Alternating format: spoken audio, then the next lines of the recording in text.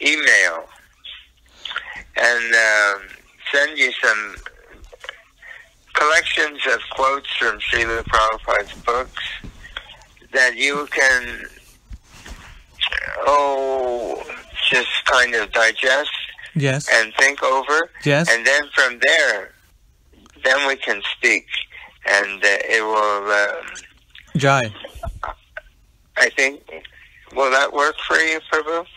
Definitely, because I'm in contact with your Gari brother Yashodanandana, and he always sends me quotes and things like that.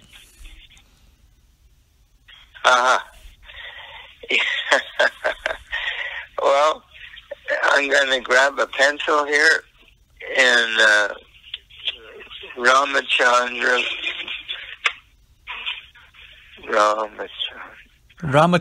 Singh. Yes, R-A-M-A, Chandra, C-H-A-N-D-R-A, Singh @gmail.com. Oh, say again. I got the @gmail.com. Ramachandra @gmail.com, or there's one little bit more? It's Ramachandra Singh, S-I-N-G-H. Where are you located, Prabhu? I am in Sacramento. So your parents, they came from India? No. Northern India? No, my parents, they came from Fiji. Oh, all right. Yeah, I guess people from India, over time, they went to different places around India. Yes, okay. Yes. And now you're living in what country? Oh, you're in United States? Yes, I'm in Sacramento, California. All right. Sacramento, California. I was in Sacramento many years ago. Yeah. You were? Sure. Excuse me, Prabhu. Hare Krishna. I'll write to you, and I won't. You won't be disappointed. I will follow through on all of this, and thank you for giving me this opportunity. Oh, one more thing, Prabhu. Please add Ramachandra Singh 108. It's 108. Ramachandra Singh 108. Okay, got it. Jai. And my email. Yes. My email is Peter, like good Christian name. Peter, P-E-T-E-R, Ishan Das.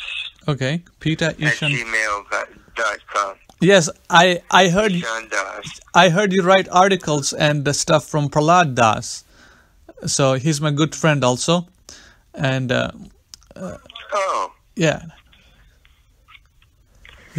You bet, Prabhu. I'm with you 100%, and thank you so much. Honestly, it's my favorite thing to do is to speak with another devotee who has, a desire to hear such things. It's a real blessing for me. So please feel 100% confident that I'm going to. I'm going to send you something today, actually, and please. It's very, very concentrated. It's very, very concentrated. I've been changing my approach in writing articles because you can only feed a person. They cannot eat for 1 month in one meal. They just can absorb so much. So, and Srila Prabhupada always, as you know, in his lectures, he'll make a point, and he'll talk on one shloka or yes. verse, in a very conversational, general way, and then he'll bring it back again, maybe towards the end. But he doesn't hit people with a tremendous amount of concentrated details on. But what I've written in this particular article that I want to send you, we can take it piece by piece, section by section, but I think it'll give you something that is very, very, very, it's something I'm working on in my own life. Concentrated? Is it very concentrated? And, yes, it's one quote, many quotes from our literature, because can you give me one? The things I'm Can you give me one quote? Like, you're talking in a general way. Can you? Yeah, I can give. Like one quote. Yes, I can give you one quote. I won't give you word for word, but I'll give you what the quote says. Yes, please. It says, like, well, one of them is that, you know, it's actually very revolutionary. I mean, it's very different. If you're reading Chaitanya Charitamrita, it explains in many places how Lord Chaitanya distributed love for Krishna, the feeling of love for Krishna. And he did that. It's very surprising. He didn't do it he did sometimes have conversations like with Sarvabhauma Bhattacharya or Prakashananda Saraswati that were very, very much detailed discussions. Yes. But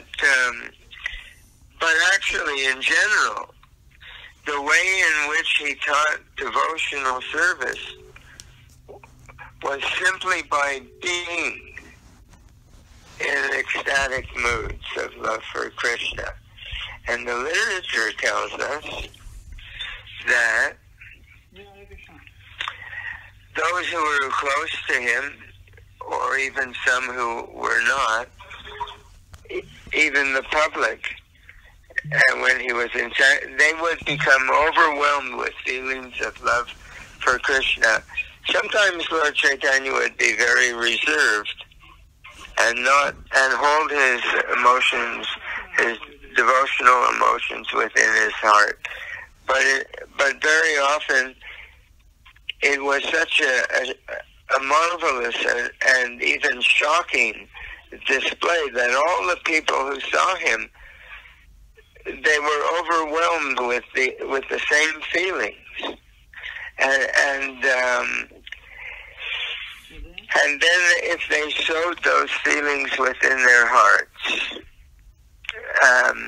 they became just like Lord Chaitanya in that way, and this is the basis of our disciplic succession, that all of the pure devotees in our line of disciplic succession, they are passing the same feelings, the ecstasy of Lord Chaitanya, through the Hare Krishna mantra. Now, Srila Prabhupada writes that he does not make a public display. I think you may have heard that there are many, not only in Krishna consciousness, not only in Vaishnavism, but in religious groups in general, there are people who make a pretension of being in spiritual ecstasy. As Srila Prabhupada once said, that if somebody comes before the deity in the temple and faints on the floor, we should kick him in the head. And he said, they won't mind because they will be in so much ecstasy. So, in other words,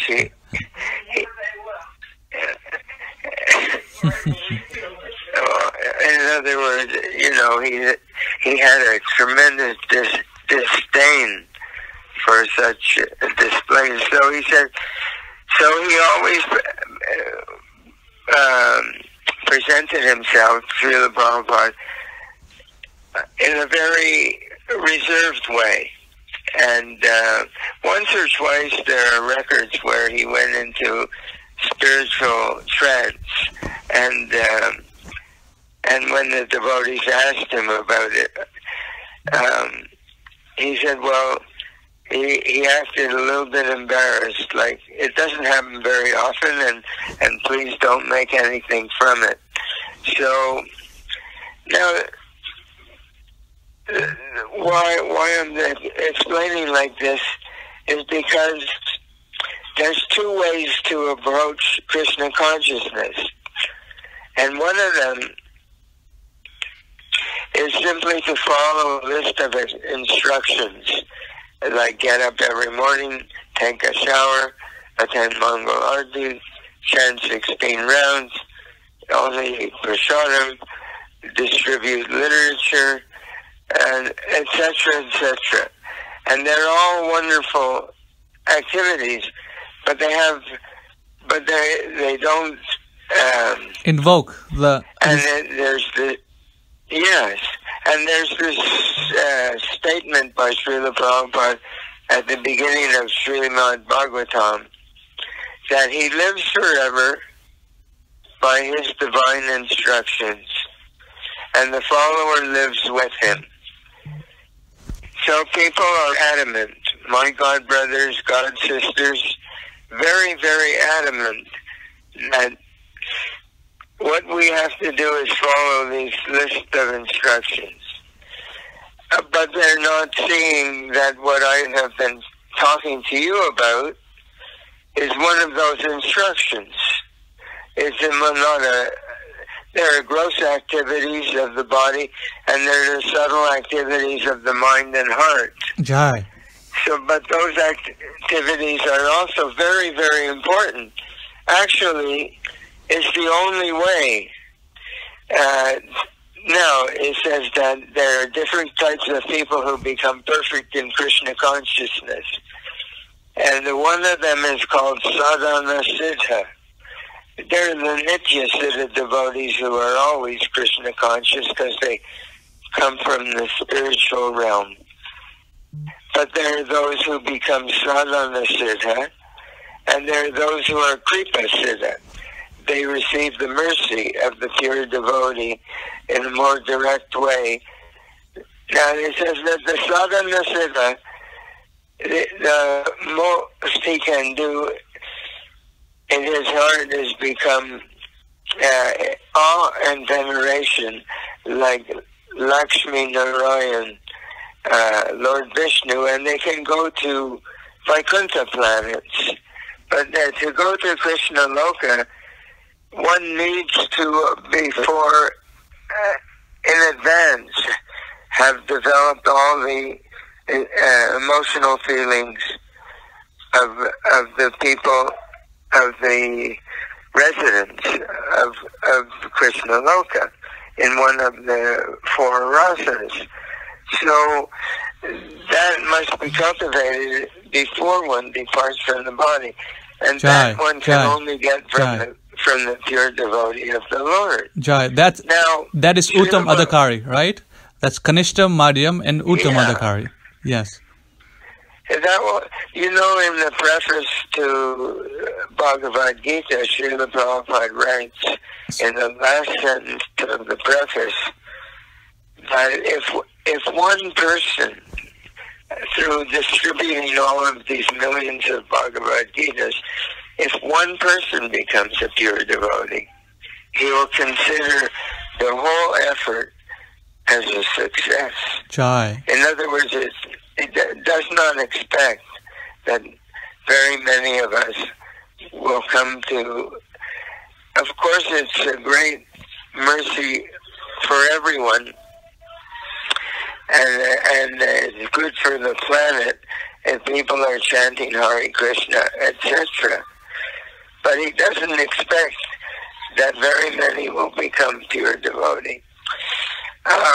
Even they don't understand what I'm talking to you about right now. Actually, it has never concerned. Actually, that is a very good point. That was what exactly Narayan Prabhu and our group of devotees were talking about. How long will it take you to go back to Godhead? And how are you going to go? And how are you going to go back? What is your relationship with Krishna? So we've been discussing this. Well, that's you tell Narayan Hare Krishna for me when you see him. He may remember. So, Srila Prabhupada says this, very shocking. Okay. Yes, Prabhu. Go ahead.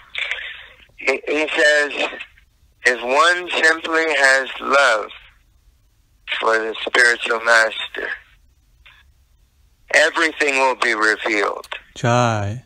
Can you imagine? Now, most people have a relationship of receiving instruction from him. Of course, they have faith. They have faith in his instruction. But for various reasons, it's hard for them to come to the feeling. You see, in their spiritual life, whether it's with Lord Chaitanya or Krishna or Srimati Radharani or our spiritual master, and they're all on the same platform, they, like Krishna says in Bhagavad Gita, how people approach me, I reciprocate. So if we approach with respect,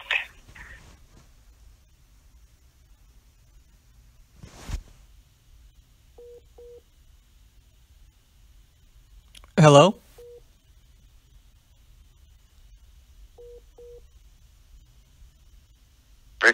then expands into an appreciation, that we begin to understand his blissful nature. He reveals himself to us. So, now in the Western countries, and even, I don't know what it's like in different countries today, but I think we're becoming almost like one global culture. So that the sweetness of the other cultures is gradually, people's heads are being filled with so much facts and figures and objectification. And so Srila Prabhupada writes in one quote that in Chaitanya Charitamrita, he says there's two kinds of instructing spiritual masters. One of them gives concepts, like Bhagavad Gita. And the other one instructs, he says that's objective instruction. But he says, if a pure devotee, if one is a pure devotee and absorbed in meditation of love for Krishna, that influence can be spread to those who can receive it. So he says, he uses two words for the instruction. He says there's objective instruction and subjective instruction. And so that the ability to absorb the feelings of the pure devotee is called subjective instruction. And that doorway is, how do we say, open. When we open our heart to Srila Prabhupada, the more we do and begin to, just like, there's one book called Sri Harinam Chintamani by Bhakti Vinod Thakur. Yes, yes. And in that book he says that when we chant the Hare Krishna mantra, we should be in the presence of our spiritual master. We should be in the presence of the pure devotee and be meditating on him while we're chanting. In other words, it's not. If you go to university, you can get some instruction on how to be an engineer or an accountant or an attorney. And then when you leave, you don't need your teacher anymore. You just practice. But spiritual life is not like that. We're never just to get his instruction and then do, but he's always with us. And so he uses phrases like to practice our sadhana in the association of the pure devotee, or to practice our sadhana under the direction of the pure devotee. So he's always with us. And that relationship it's totally up to us. We have, if we cultivate that, is the strongest point in receiving Lord Chaitanya's mercy. Jai. It's the strongest point. We may be able to do everything perfectly, but very few people can, especially in this day and age, because we're running from one thing to another, just trying to do everything. You know, people have a household life, and they have family life, and they have jobs, and they're running back and forth. Yes. And if they can finish, so what to speak of always being in meditation. I'm always doing the whole program. But when we were first devotees, we had morning program from 4:30 until breakfast, and then evening program from 7 to 9. Wow. And we lived like that 365 days a year. Wow. And during the day. So yeah, I lived like that for some 13 years or so. So, and that's what Srila Prabhupada wanted. Mm. But today everything is fragmented, and so much, and people get so busy living in the Western way of life that it's very, very challenging. So, what I mean to say is, if we can actually, so when I do my mantras, I have a nice big picture of Srila Prabhupada, almost life-size. Right. And I chant for his pleasure, Prabhu. I try to chant. Right. And sometimes it will take a little time for me to begin to feel, yes, Srila Prabhupada is pleased with me. And when you feel it, then there's no question of being inattentive, because the feeling of his loving reciprocation is so sweet that you don't want to lose it. You don't have to try to be attentive. You have something that you want. It's spontaneous. Just like a person wants yes. Yeah, well, just like you don't have to try to want something that's in the fridge. Yes, you have it want already. It calls you. It takes control of you. So this is the most important thing, and this is that I think about. And it has only come into focus in my life by incremental expansion in the last few years. I think it's because I was trying. I think you have not revealed. I think you have not revealed this to anyone except me. No, I try. Yes. But they're very slow to. It's a little bit. I think it's a little bit frightening. It's amazing. Why is it frightening for a jiva to develop love for Srila Prabhupada, who's and spiritual? I'll tell you why. I was trying to get to that, but I got a little distracted by my own talking. We have to learn mode of goodness. Mode of goodness, we have 4 regulative principles. Yes.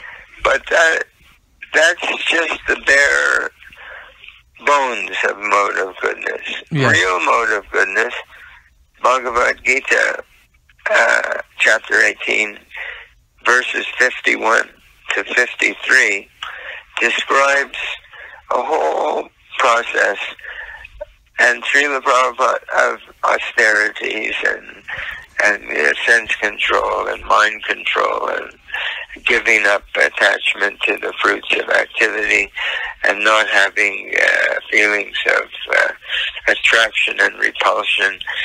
And then that very important verse, Brahma Bhuta Prasanatma. Na sochati na kankshati. Sama. Na kankshati. Yes. I was Sarveshu Bhuteshu. Mad Bhakte. So then Srila Prabhupada says that what he's saying is, in the 51 to, that's number 54. Yes. 51 to 53. Srila Prabhupada says, one who understands a little bit spiritual information, he keeps himself in the mode of goodness. And this is conducive to bringing about this Brahma Bhuta platform. Yes. In other words, the Brahma Bhuta platform is something that we can cultivate. I was reading that yesterday. It's not exactly like that. Oh. I was reading that. All right. You're saying it today. So we have to. So the internal part, just like mode of passion means self-centered aspiration, self-centered endeavor. Yes. That's mode of passion. Mode of goodness means that a person actually takes pleasure in being of service to others. They enjoy it. That's a person. So that makes a person Brahmana. So Brahmana is not trying to collect or acquire or amass. He doesn't, because his happiness is within. The more a person feels a sense of being of service to others, the more happiness floods into their heart. Jai. As Srila Prabhupada, you'll see in his literature everywhere, the little statements like, the best way to control the mind is to always be thinking for the welfare of others. Jai. It makes a person very happy, and that happiness is internal. And the more we have internal happiness, the more we're released from seeking the happiness outside of ourselves, in terms of things, in terms of money, in terms of possessions, in terms of relationship, etc. So this. Now people today are very, very much, their minds are conceptual, and they don't know that. I'm going to prescribe a certain meditation, and you can, if you feel like it, you can try this, okay? Yes, please. May I? Yes, I'm all ears. All right. All right. You sit down, and you try to remember. There are many ways to do this, but this is one way. Try to remember the most happy moment in your whole life, maybe as a child, maybe as an adult, whatever. Try to remember, and then don't just remember the event, but relive it with the intention to experience that feeling just like it's happening in the present moment, and try to feel that happiness that fills your heart, okay? And then when you're getting a taste of that, it could be the happiest moment, it could be experience of the most loving person you ever encountered, and this exchange of love that you remember. So there are different ways. The mode of goodness all of these feelings overlap, and you can shift from one into another: love, happiness. As a matter of fact, in my experience, as soon as you feel really happy, the ability to love, it comes into focus immediately. So do that, and then when that feeling comes into focus within your heart, forget the event and just hold on to the feeling and vibrate in that way. And then and then with that comes the understanding that I don't need any external experience to feel this way. It's always there. It's dormant within me.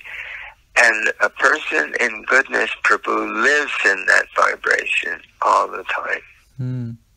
From that point, one can, whatever one looks at, whatever comes in front of our radar, or whatever we want to call it, whatever we interface with, that feeling automatically goes to everything, whether it's work that we're doing, whether it's a person we're interacting with, whether it's a condition of life that comes before us.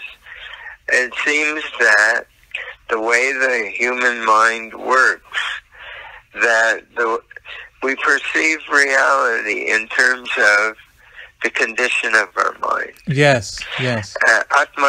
Atmavan manyate jagat. Yes. Is something that Srila Prabhupada uses that phrase many times. Yes. He said that, but his way of speaking about it, he says that a person tends to think that everyone is like himself. Yes. But I'm thinking that he's saying that we see others in terms of the condition of our own mind. A person who is in feeling love and happiness within his heart automatically sees the best in everyone that he interacts with. Automatically. There's no separate, because we're seeing them through our own filter. It's like you put light through a green lens, it makes a green light. Yes. You put light through a purple lens, etc. So in terms of the condition of our own heart, and if our heart is pure, then we see everything in a lovely way. So then the same thing applies to our relationship with Krishna and Srila Prabhupada. If we are in a loving frame of mind and heart, when we see them, automatically our love flows to them. And that's the only thing that's missing in order to be able to have a sense of, immediately you'll feel a sense of reciprocation. Jai. Immediately. Now a person can practice Krishna consciousness for 50 years and not come to that point, just following instructions. Yes. But this is an instruction also in our books. There's Srila Prabhupada is explaining that we have to, in Srimad Bhagavatam, first canto, 5th chapter, first canto, 1.5.25, in the purport, the most important purport. You know what Srila Prabhupada says? No. He says that pure devotion is as much infectious as an infectious disease, but in a good sense. In a good sense. So that you catch it from somebody. You catch it from somebody who has it. Jai. You understand? Yes. Then he explains further halfway down in the purport, it takes a whole page, a little more than a page, that he says infection of the pure devotee means to, and these are his words, to imbibe the taste of the pure devotion to Krishna, always in the activities of Krishna consciousness. You know what osmosis, to imbibe, to drink in, and then Srila Prabhupada says, and if one can do this, then he goes through the different stages in which we advance, and he ends up, and one can have a perfect taste, one can have detachment from material things, one can have perfect taste, and one can have all spiritual emotions, transcendental emotions, and all of these stages go forward by the influence of having a personal association with a pure devotee. Jai. So we have to learn from the pure devotee what is devotion. This means, have you ever heard the word understudy? Like in Shakespeare or something like that? No. Have you ever heard that word? No, I have not heard that word. Understudy. You can look it up, understudy. Have you ever heard the word apprentice? Yes, of apprentice. You've Yes, heard that yes, word. yes. Well, we're a spiritual apprentice. Yes. To the one who is a journeyman apprentice. Jai. You know, the other side of apprenticeship is that there's two kinds of contractors in the world. The people who are doing construction or plumbing or electrical. There's the apprentice and the journeyman. Have you heard that word, journeyman? Yes, journeyman is a higher class in... Yeah, so Srila Prabhupada is a journeyman devotee and we're apprentices devotee. Jai. But he's taking us on the ultimate journey. He's taking us on the journey to Krishna Loka. Jai. But it's in that 1525, Srila Prabhupada said how this apprenticeship goes, that we have to become infected with his feelings of devotion and imbibe the taste of the... Do you know, if you go to Nectar of Devotion, chapter 12, okay, Nectar of Devotion, chapter 12, yes, Srila Prabhupada gives two examples of how association with a pure devotee can serve us. And the first it's a quote from Hiranyakashipu is talking to his son Prahlad. And he's saying to Prahlad, it's coming from a great demon, but it's the truth. He says, he uses these words, that association with other people, he says association acts like a crystal stone. I guess at the time, in other words, like a mirror. And it reflects whatever comes before it. Then but it only reflects. In other words, and he's talking about association with a pure devotee, that our heart has to become like a mirror, and it has to reflect the influence of the pure devotee. But he's saying there's one condition to make it work, okay? Yes. And he says that that crystal stone or that mirror has to be really, really clean, which means no influence of passion and ignorance in the heart. Very, very bright heart. And then then we can sense his purity, his beauty. Jai. That's why I was talking about getting into that loving. So Srila Prabhupada writes that if one has love for the spiritual master, everything will be revealed, because it's in that state that one can sense. It's in that state that the mirror becomes clean enough to reflect his quality. See? So these little hints are everywhere throughout our books. If our mind is open for looking for these points, otherwise one can read over them and miss and never understand for a lifetime. Now, but then Srila Prabhupada is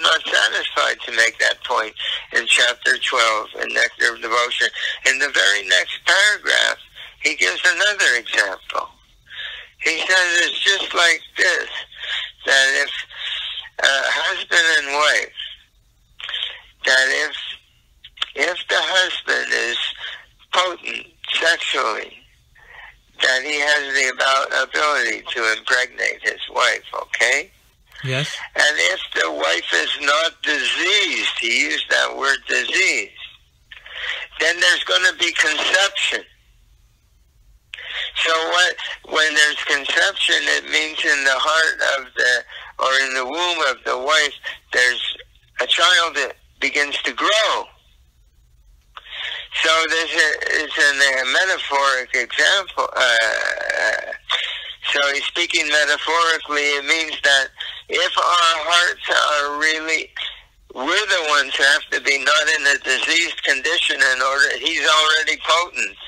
He can impregnate all of us with Krishna consciousness, but our hearts have to be pure, just like the womb of the wife has to be not in a diseased condition. Then they can receive the potency of the husband if our hearts are illuminated with open, loving, happiness, feeling. And when we associate with the pure devotee, we'll be able to sense and imbibe and become infected with the taste of his devotion. And then all of our sadhana must be done in that association. He's teaching us. We're apprentice. We're not doing on our own. That I chant my 16 rounds on my own. That I make kirtan on my own. Our kirtan, we should be actually trying to take into our heart his kirtan. Whose kirtan? The way he makes kirtan. Who? Krishna? Srila Prabhupada. That's it. That's what Narayan Prabhu also says. Narayan Prabhu says no beats. Yes, I can hear you. Can you hear me? Hello? Yeah. Yes. We should be meditating on the devotion of Srila Prabhupada in his kirtan, and he should be chanting through us. Jai. Yeah. Yes. No, I'm serious. Devotees are creating so many kinds of kirtan and new melodies and this and that. I was in Mayapur 1974, and the devotees, they were getting melodies and mantras from the Vaishnavas who lived in the area. And Srila Prabhupada was on the third floor, and he would go to Bhavananda's room. He was the sannyasi in charge, and say, "What are they singing? Why are they singing?" Like that. Wow. Wow. And this would go on repeatedly. And one night I led kirtan, but my way of leading kirtan is to meditate on Srila Prabhupada, to sing like he sings, and to feel him within myself. And again, Srila Prabhupada went to Bhavananda's room and said, "Who is singing? Who is that?" And Bhavananda said, because he told me later, he said, "That's Ishan. He always sings the way you sing." And Srila Prabhupada said, "He's intelligent. Only he should lead kirtan." Only he should. So he gave instruction that only I should lead. Of course, that didn't last very long. Nothing lasts very long. But people forget. Yes. And then they become very creative in thinking of themselves as kirtan maker or leader. Even Mridanga, I only learned what Srila Prabhupada taught how to play Mridanga. Tini, ta, deyo, tinaka de, ditya, de. I did all the exercises that he teaches, and because why would one want to be anywhere else except with Srila Prabhupada? So people are doing these memories of Srila Prabhupada. There's a whole collection of them. Are you familiar with that? Yes. I think they call it. Yes. But I say those memories of Srila Prabhupada, it's as if a great personality once lived among us, And we can't associate with them because now they're dead.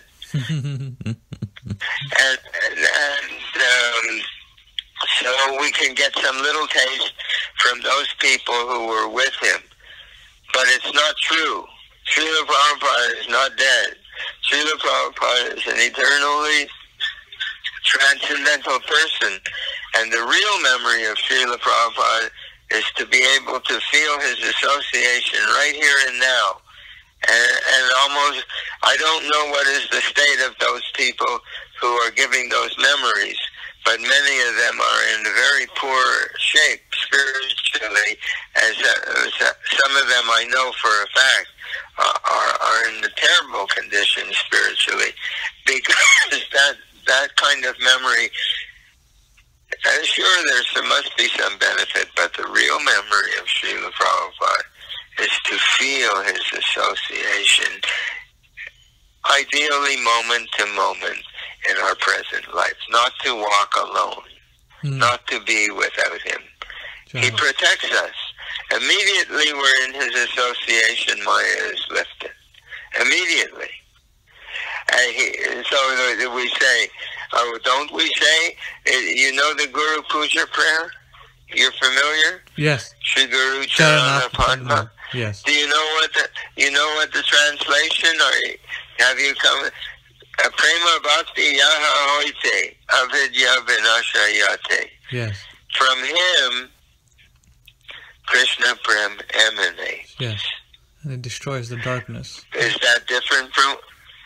So what is that? Well, that's everything we've been talking about.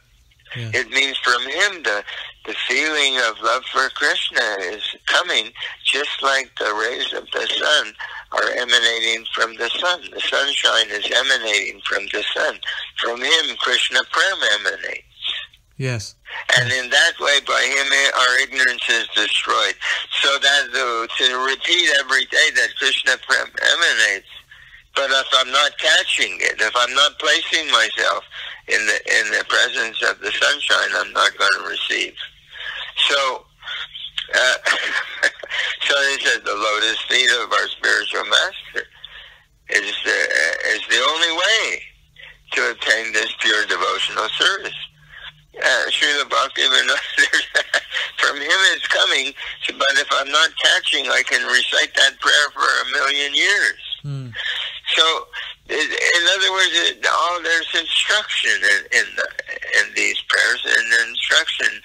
But once we have a view for looking for this, you'll find it coming off of the pages of our books in different places. That's why I'm giving you quote after quote after quote. They're coming from our literature. It's not something that I'm concocting. It came to mind. Srila Bhaktivinoda Thakur writes one prayer. He says, I offer you all respect. The devotee is talking to the spiritual master. For thus I may have the energy by which I may know you correctly. Then, by chanting the holy name in great ecstasy, all my offenses will cease. In other words, let's do that again. That if one places themselves in a very submissive, receptive, and devotional attitude at the feet of our spiritual master, one will begin to understand or have a sense of his devotional feelings. And then we can begin to chant, cultivating those same feelings in our heart. So then there's no question of chanting independently. We're chanting as apprentice, spiritual apprentice. This is the process. I told you in Sri Harinam Chintamani that one has to be meditating on the spiritual master while doing their mantra. Acha. No question of doing any other way. Always in his association. By his association, one will become infected with his feelings of devotion. Jai. Again, all of these quotes they're all along the same line. And like a crystal stone, or like a mirror, the heart has to reflect that what is absorbed through that association. Association is like a crystal stone reflecting whatever is placed before it. Why is he giving us these quotes? To tell us that this is the process. Right. So to take up the instructions of sadhana and etc., and not to do this, this is also the instruction. He lives forever by his divine instruction. Follower lives with him. This is also, this is part and parcel, the most important part of that instruction. But it's not understood, or I've never heard one class where this aspect is discussed. Yes, in ISKCON you don't hear in all of my years living, all of my years, ISKCON or anywhere else. Wow. ISKCON, Ritvik, they're not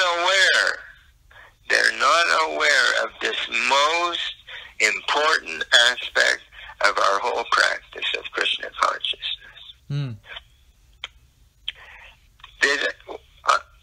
If you have heard this along this line, then you tell me, but I've never. We were discussing that yesterday. I was discussing that yesterday. People were lamenting that Srila Prabhupada is not present. You got association of Srila Prabhupada. I'm like, look. We have Srila Prabhupada's videos. We have his instructions.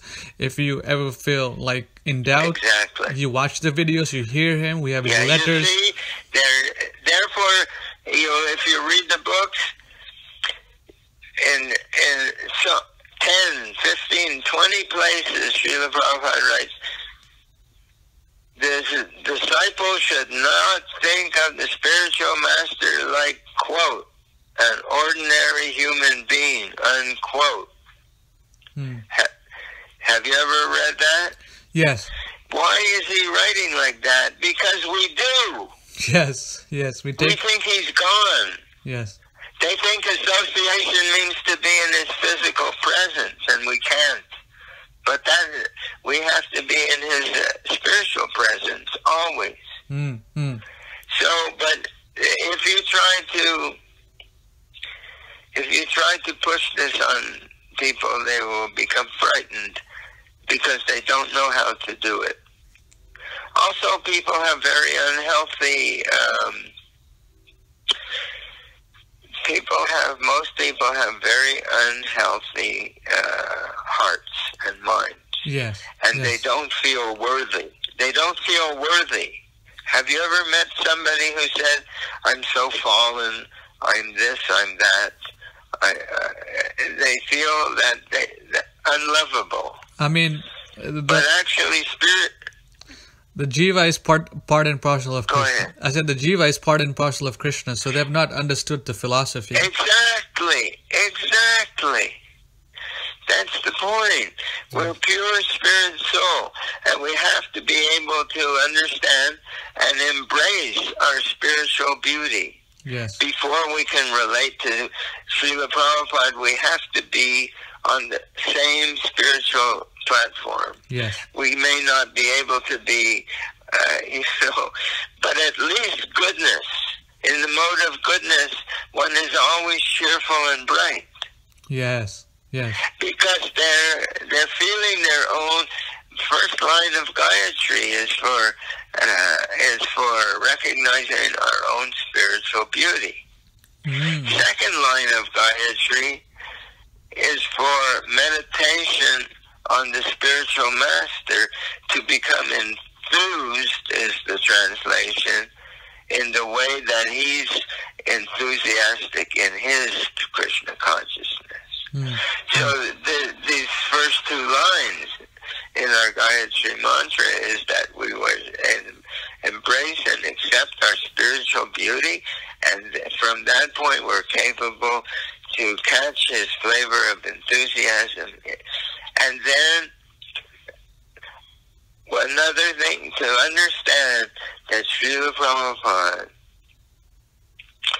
is always, there's one letter he wrote. Well, I have one letter that he wrote to one of his devotees. He said, I hope that you're catching this mood of that we're always being of benefit to the welfare of others. That's Srila, he says, what is that welfare? It is a spreading of Krishna consciousness throughout the universe. So when Srila Prabhupada is chanting, that aspiration that, they tried to make Haridas Thakur chant quietly, the Brahmanas. There's one in our books. And Haridas Thakur said, no, that when we chant, we should chant that even the plants and flowers and insects, all living entities from this sound vibration are getting benefit. This is Srila Prabhupada's mood constantly. And he writes that, yes, we accept some difficulties in trying to push this Krishna consciousness, but the more we try, the happier we become. It gives a kind of bliss. So when we're chanting the holy name, whether japa or otherwise, let it be sent out to all the trees, to all the plants, to all the living entities. And immediately you'll feel so much good in your heart. You'll start to feel so much happiness. That I'm not chanting. So Srila Prabhupada says, real Vaishnava is not chanting for his own liberation. He's chanting, he wants to become, to grow in order to become a benefit to everyone. So these are some of my it goes on and on. I hope I'm not being taking too much of your time. No, I have all the time in the world. I have all the time in the world to listen, because that's what I've been trying to cultivate, this wonderful mood of remembering Srila Prabhupada, remembering his instructions, and doing the needful for the benefit of human society, for the next 10,000 years. Prabhu, I offer you my respectful obeisances, Prabhu. Jai, honestly. All glory to Srila Prabhupada. Thank you so much. So I could, in so many ways, I can be more refined, but I just become excited when I talk. But I hope I'm not disturbing you. No, you're not disturbing me, because everything that you have said and talked about, many of these things we have been discussing with your god brother Narayan Prabhu. He's been talking about, so he's along the same line of thought. Prabhupada beat, Prabhupada kirtan, Prabhupada mardanga. You guys think very similar, very similar. He's always saying, why you have to invent beats? I saw Srila Prabhupada when devotees were chanting Achyuta Nandana beats. He was just there. He was just there, so your experience and his experiences are very, very, very similar. So it's not. It's not because they want to do something wrong. It's because they don't know. Yes. They want to be devotees. Yes. But they don't know. Yes. But between you and me, let's see. It's not like a pure devotee is not going to talk to people and say, really, what you have to do is you have to meditate upon me, because I'm a pure devotee, and I can give you this taste of love for Krishna. He will never talk like that. But he talks, but that's the essence of what we're saying. In other words, he's very humble, and he won't say like that. Also, but it's all in those instructions but he expresses it by quoting those verses and saying those things. It's put in a very formal way that the Christians, they have in the Bible, Jesus says, those who have ears, he'll give some teaching, and then he'll say, and the disciples were saying, what did that teaching mean? And then he'll explain, and then he'll say, those who have ears, let them hear. It means that the real teachers don't expect that everyone will really catch what they're trying to tell us. Right. But here it is. It's in all the books, and so I'm collecting them for two reasons. Mm-hmm. Well, maybe three. One reason is to give me more confidence that I'm not making up something, that this is the heart of Krishna consciousness. Mm. Another thing is that I want to be able to write so that I can explain this. But you can't go to another devotee and say, we should be doing this, we should be doing that. If it's something new, especially if it's something new, they'll say, well, where are the quotes to back up what you're saying? You understand? Right. So therefore I have to have a whole arsenal or collection of quotes to back this up, to make it beyond the shadow of the doubt that this is our teaching. Yeah. This is what Srila... The third reason I know my wife is, what's the third reason? One for myself, two for writing and preaching. I forget what I had in mind, but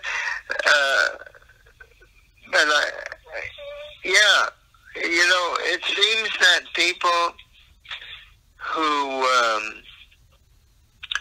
don't have the ability to hold this beautiful happiness in their own heart, mode of goodness, where they feel very bright and very loving and very open-hearted, mm-hmm.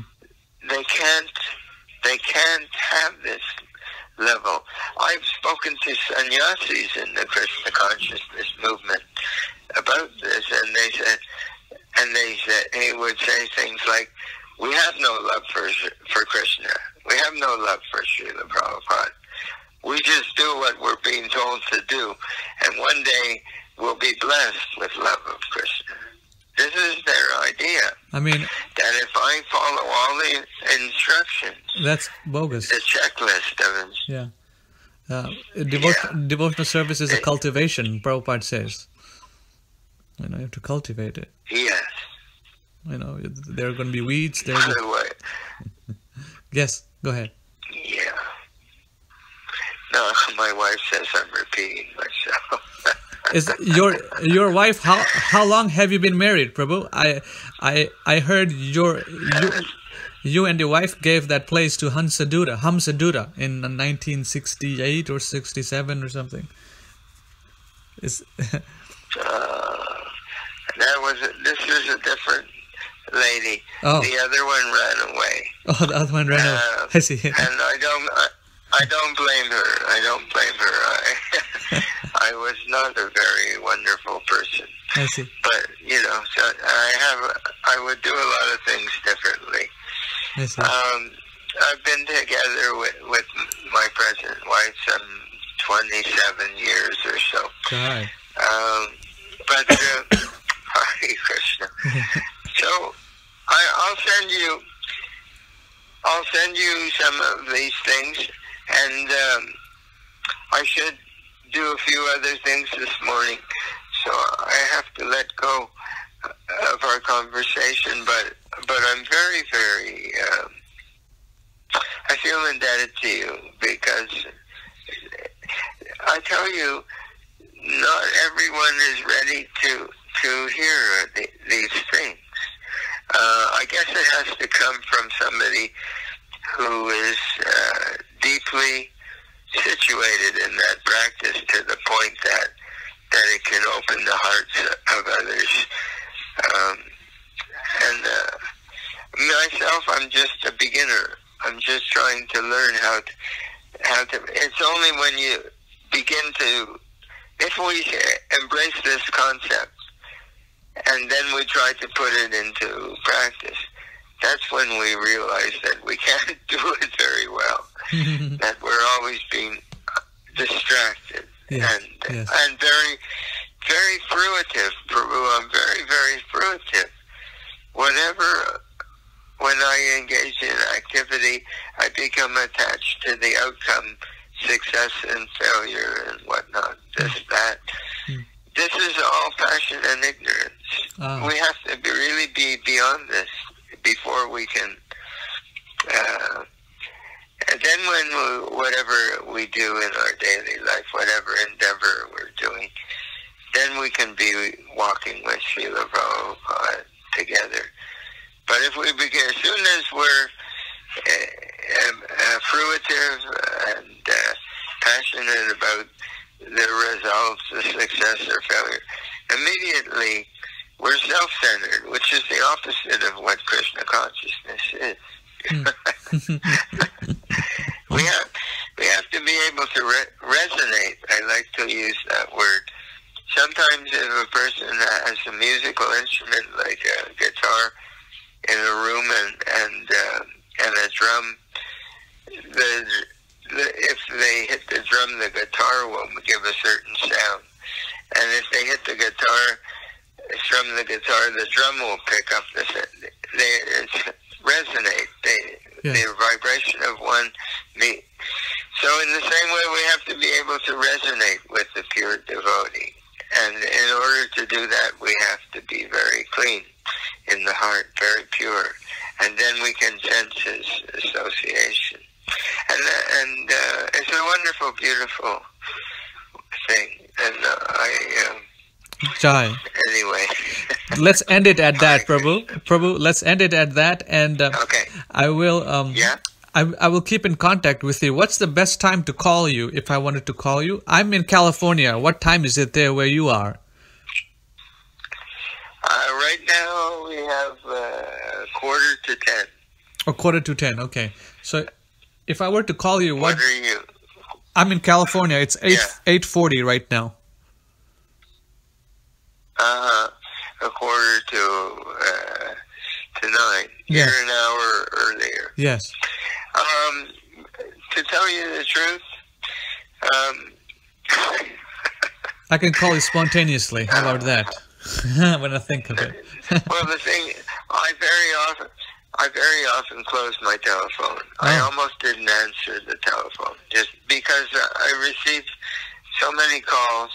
People want to sell me insurance, or they want to tell me that they represent the IRS. Oh, yes. And I just closed the phone. But or they want to sell me silver or gold. I see. So, but if you write me and say you would like to speak with me, if you write me an email and say, I'd like to call you tomorrow at such and such time. Okay. I'll honor that. Jai. Haribol. Hare Krishna, Prabhu. Thank you, Prabhu. Hare Krishna. All glory to Srila Prabhupada.